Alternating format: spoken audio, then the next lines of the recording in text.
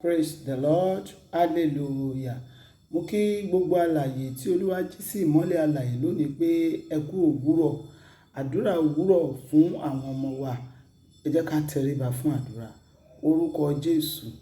Ọlọ́run ayérayé àyìn àṣẹ ọlọ́ba. A dúpẹ́ fún àánú àti orí ọ̀fẹ́ rẹ̀.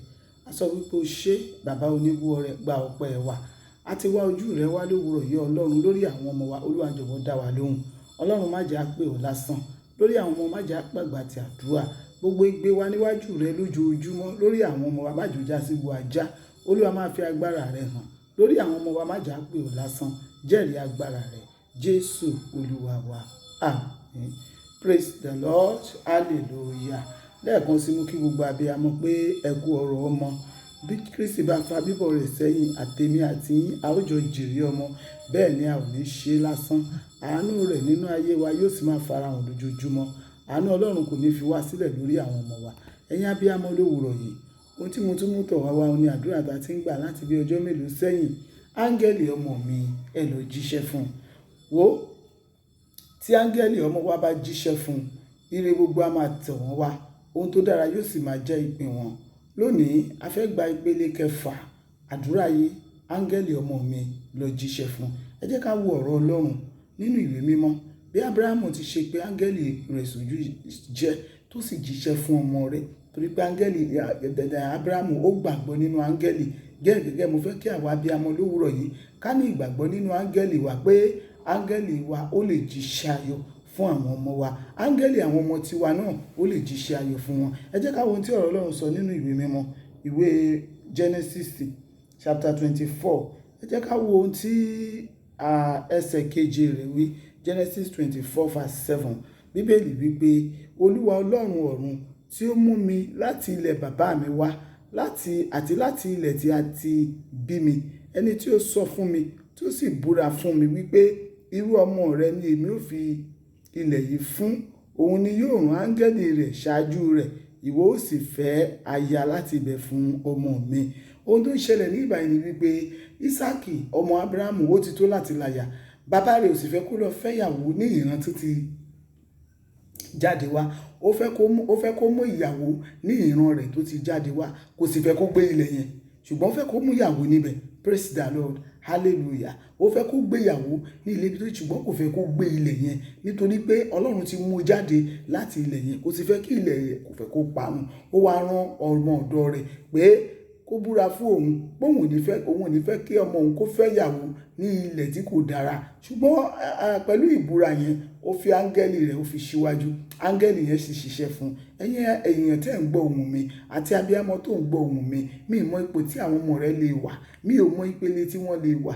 Bóyá wọn ò tí ì láya ni, wọn ò tí ì lọ́kọ ni. Òun wojú Olúwa fún ìgbéga nínú ayé wọn. Òun wojú Olúwa fún iṣẹ́ olóore. Òun wò pé kí Olúwa kó dá ìlóhùn lórí wọn. Ìwọ jẹ́ ká jọ pé áńgẹ́lì wọn sójú iṣẹ́. Tá a bá pé áńgẹ́lì wọn sójú iṣẹ́, a lọ jíṣẹ́ fún wọn. Tó bá sì ti ń jíṣẹ́ fún wọn, yóò máa jẹ́ iṣẹ́ ayọ̀. Ẹ̀yin abiyamọ tẹ́ ń gbọ́ mi lówùúrọ̀, a fẹ́ jọ gbàdúrà. A fẹ́ jọ ké pe Olúwa pé kí Olúwa rán áńgẹ́lì àwọn ọmọ wa kó lọ jíṣẹ́ fún wọn. Nígbà tí áńgẹ́lì yẹn bá jíṣẹ́, á sì mú ìyìn ayọ̀, á sì mú tọ̀ wá wá. Mo sì gbà ní àdúrà wípé áńgẹ́lì Olúwa èyí tó ń jíṣẹ́ lówùúrọ̀ yìí lórúkọ Jésù yóò jíṣẹ́ ayọ̀ fún àwọn ọmọ wa tó bẹ́ẹ̀ gẹ́ tí ayé àwọn ọmọ wa tí ó sọ̀rọ̀ lókè. Mo sì gbà ní àdúrà pé áńgẹ́lì oníṣẹ́ ayọ̀ èyí tó ń jíṣẹ́ ayọ̀ ní gbogbo àgbáyé lórúkọ Jésù yóò jíṣẹ́ ayọ̀ fún àwọn ọmọ wa tó bẹ́ẹ̀ gẹ́ tí ayé àwọn ọmọ wa náà yóò nítumọ̀ tí ayé wọn yóò sọ̀rọ̀ lókè. Gbogbo abiyamọ tó ń gbọ́ ohùn mi, mo fẹ́ kó jẹ́ ká jọ lọ síwájú Olúwa. Wo sórí ọ̀rọ̀ Ọlọ́run tí mo kà fún yẹn nígbà tí ìmúṣẹ rẹ̀ dé, ìmúṣẹ ọ̀rọ̀ yẹn dé nítorí pé arákùnrin yẹn Ábúráhámù ó pe áńgẹ́lì rẹ̀ sójú iṣẹ́. Tá bá wo verse 40, nígbà tí ìmúṣẹ yẹn dé tí wọ́n rí Rèbékà fún Ísáàkì gẹ́gẹ́ bí aya. Gbọ́n tí ọ̀rọ̀ Ọlọ́run yẹn sọ nígbà tí arákùnrin yẹn fẹ́ sọ fún àwọn ìdílé tí wọ́n ti fẹ́ lọ mú Rèbékà, ó sì wí fún wọn pé Olúwa ẹni tí ó ní ọ̀rọ̀ tí Ábúráhámù sọ, ó ní èmi sì wí fún Olúwa mi pé bóyá obìnrin náà kì yóò tẹ̀lé mi. Ó sọ pé bóyá obìnrin táwọn bá lọ fẹ́ yẹn o, bóyá kò ní fẹ́ kúrò ní ilẹ̀ yẹn láti tẹ̀lé àwọn wá sí ilẹ̀ tí Ábúráhámù wà.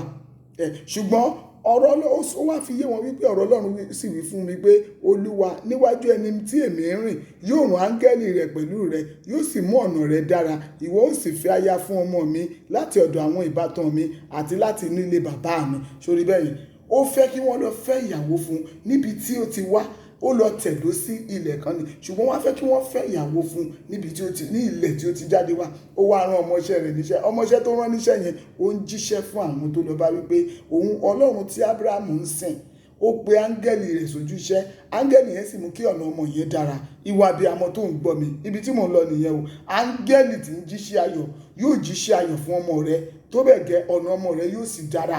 Ohun gbogbo tó ń wò pé kò ṣeé ṣe yẹn lórúkọ Olúwa Ọlọ́run àwọn ọmọ ogun yóò sì ṣeé ṣe, nítorí pé áńgẹ́lì Olúwa ó wà lójú iṣẹ́. Mo sì gbà ní àdúrà fún ìwà abiyamọ tó ń gbọ́ ohùn mi pé áńgẹ́lì Olúwa yóò jíṣẹ́ ayọ̀ fún àwọn ọmọ ológo rẹ̀. Bó sì ti ń jíṣẹ́ fún wọn yóò mú kí ọ̀nà wọn ó dára níwájú Olúwa, ọ̀nà wọn yóò máa di títọ́. Ẹ jẹ́ ká lọ gbàdúrà.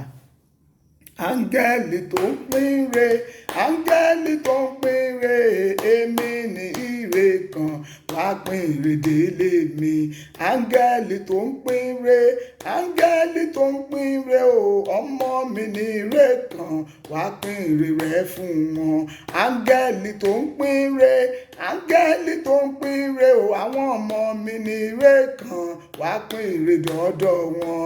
Áńgẹ́lì tó ń pín ọkọ, áńgẹ́lì tó ń pín aya o, áńgẹ́lì tó ń pín ọmọ, áńgẹ́lì tó ń pín owó, áńgẹ́lì tó ń pín re, áńgẹ́lì tó ń pa àlàáfíà, àwọn ọmọ mi ní ire kan wá bá mi pín re dọ́dọ̀ wọn. Lórúkọ Jésù, ọmọ tèmi, ọmọ tí wá bí amọ tó ń gbọ́ ohùn mi, áńgẹ́lì Olúwa tó ń pín re ló pín re dé ọ̀dọ̀ wọn, tó bẹ́ẹ̀ gẹ́ tí yóò sì mú ọ̀nà wọn dára.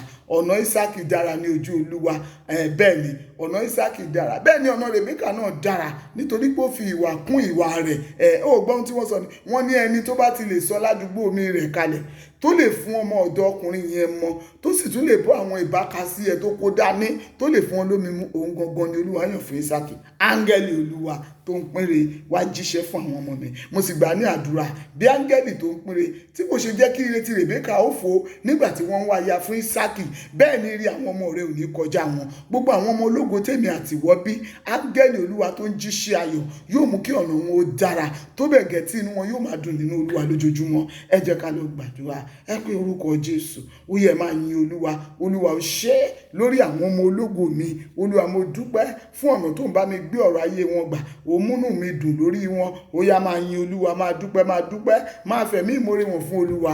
Máa sọ pé onímájẹ̀mú ó ṣe fún àánú rẹ tó pọ̀ lórí àwọn ọmọ mi. Àdúrà ọpẹ́ orúkọ Jésù. Orúkọ Jésù, àpáta ayérayé o, Olúwa mo yìn ọ́ fún àánú rẹ tó pọ̀ lórí àwọn ọmọ mi. Olúwa ó ṣe fún ọwọ́ agbára rẹ, fún ọwọ́ àánú rẹ, fún àtìlẹ́yìn rẹ lórí wọn. Ó yá máa dúpẹ́, máa yin oníbú ọrẹ, máa sọ fún pé bàbá mi ó ṣe lórí àwọn ọmọ mi. Mo dúpẹ́ ọwọ́ agbára, mo dúpẹ́ àánú rẹ, mo dúpẹ́ pé áńgẹ́lì Olúwa tó ń pín ire, pé ó máa pín ire dọ́dọ̀ àwọn ọmọ mi. Ó yá máa yin Olúwa fún iṣẹ́ agbára rẹ̀, yin Ọlọ́run fún iṣẹ́ ìyanu rẹ̀. Máa dúpẹ́ lọ́wọ́ bàbá dáadáa, máa sọ fún bàbá oníbú ọrẹ pé Olúwa ó ṣe torí pé ó máa pín ire délé mi. Ó yá máa yin Ọlọ́run, mú ẹbọ ọpẹ́ wá fún, máa fẹ̀mí ìmoore wọn fún, máa sọ fún oníbú ọrẹ, bàbá mi ó ṣe torí pé ó máa pín ire dọ́dọ̀ àwọn